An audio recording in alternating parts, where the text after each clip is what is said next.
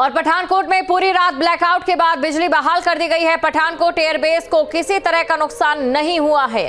बड़ी खबर आपको बता रहे हैं, जब भारत की ओर से पाकिस्तान का एयर डिफेंस सिस्टम पूरी तरह से तबाह कर दिया गया, उसके बाद पाकिस्तान और भी ज्यादा बौखला गया है और पाकिस्तान ने लगातार सेंध मारने की कोशिश की है भारत में। लेकिन भारत की ओर से पठानकोट में जहां पूरी रात ब्लैकआउट होने के बाद अब बिजली को बहाल कर दिया गया, वहीं पठानकोट एयरबेस को किसी भी तरीके का नुकसान नहीं हुआ है।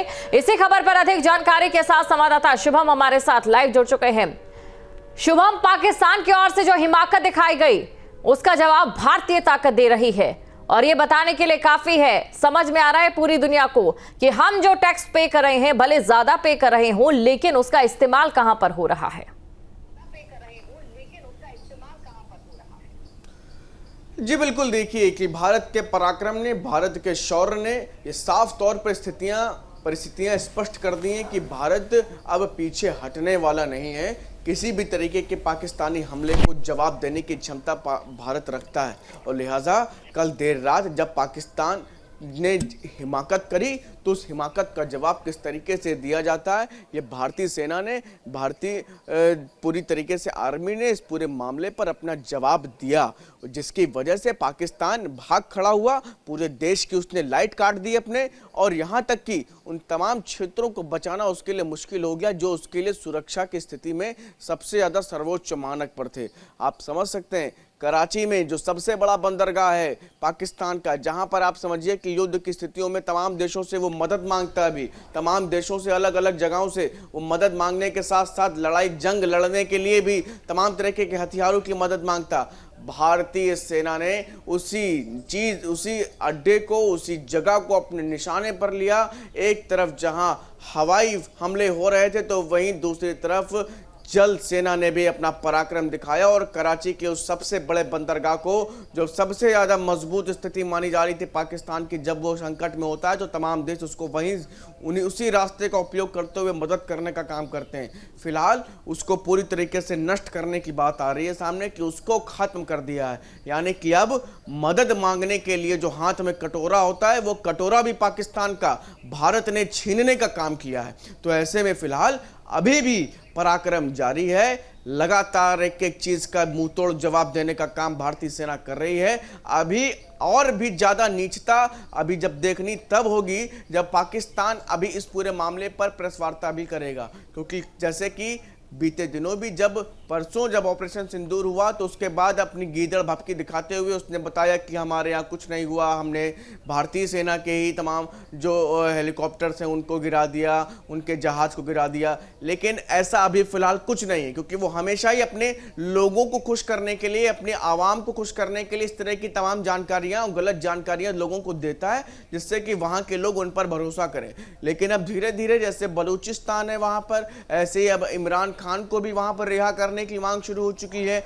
एक तरफ अपने पड़ोसी से वो इतना बड़ा धोखेधड़ी करके आतंकवादी मुल्क बन करके युद्ध लड़ रहा है, तो वहीं अपने देश के भीतर भी गृह युद्ध की स्थिति में है। बलूचिस्तान वहां पर खड़ा हुआ है, अलग अपने देश बनाने की मांग कर रहा है। पाकिस्तान के भीतर ही इमरान खान को रिहा करने की मांग तेज हो गई है, लोग सड़कों पर हैं, आवाज लगा रहे हैं कि इमरान खान को रिहा करें, और साफ तौर पर वहां के लोग ये भी कह रहे हैं कि पाकिस्तान को इमरान खान की जरूरत है। तो फिलहाल राजनीतिक तौर पर भी पाकिस्तान पर संकट, सीमाओं के तौर पर भी पाकिस्तान में संकट, यानी चौतरफा घिर चुका है पाकिस्तान। और अब फिलहाल पाकिस्तान के पास कोई जवाब नहीं है, लेकिन उसकी झूठ की कहानियों को सुनने के लिए सभी लोग बेचैन हैं कि आखिर वो कितना ज्यादा गिरेगा, कितना ज्यादा नीचता दिखाएगा, इसका इंतजार हर कोई कर रहा है। बिल्कुल, पाकिस्तान की नीचता का इंतजार रहेगा। प्रेस कॉन्फ्रेंस में पाकिस्तान की ओर से अब क्या कहानी बयां की जाती है अपनी आवाम को खुश करने के लिए। शुभम, एक और बात पर यहां पर गौर फरमाना बेहद जरूरी है। पहलगाम हमले पर जो लोग पाकिस्तान से और खुद हिंदुस्तान के लोग भी ये पूछ रहे थे कि कैसे घर में घुसकर आतंकियों ने मार दिया, उन्हें यह जरूर जानना चाहिए कि घर में घुसकर ही पाकिस्तान को भारत ने ही लाहौर से लेकर कराची तक दहला दिया है। जी बिल्कुल, देखिए कि पाकिस्तान की सीमा में ऐसा नहीं है कि सिर्फ 5, 10, 15, 20, 40, 50 किलोमीटर अंदर गई हो भारतीय सेना। लगभग 300, 200, 250, 150 इतने किलोमीटर तक अंदर जाकर के हमले हुए हैं। आप समझिए कि इतना ज़्यादा, ये सिर्फ पाकिस्तानी सेना जो हमले कर रही है सिर्फ बॉर्डर से सटे हुए राज्य यानी राजस्थान, पंजाब और जम्मू कश्मीर, इन इलाकों के जो पास की सीमा के जो पास के जिले हैं उनको निशाना बनाने का काम कर रही है। यहाँ तक कि वहां पर भी सेना नहीं, रिहायशी इलाकों को, मासूमों को निशाना बनाने का प्रयास कर रही थी। लेकिन इन तमाम चीजों का मुंहतोड़ जवाब देने का काम भारतीय सेना ने किया।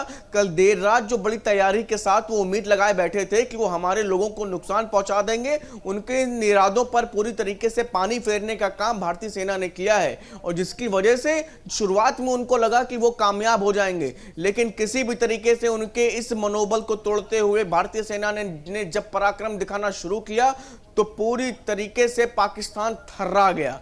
इतना ज्यादा थर्रा गया कि कराची तक हम जाकर के घुस गए, और उसके बाद लाहौर, रावलपिंडी, इस्लामाबाद, तमाम ऐसी जगहें भारतीय सेना के निशाने पर पहले से ही थी।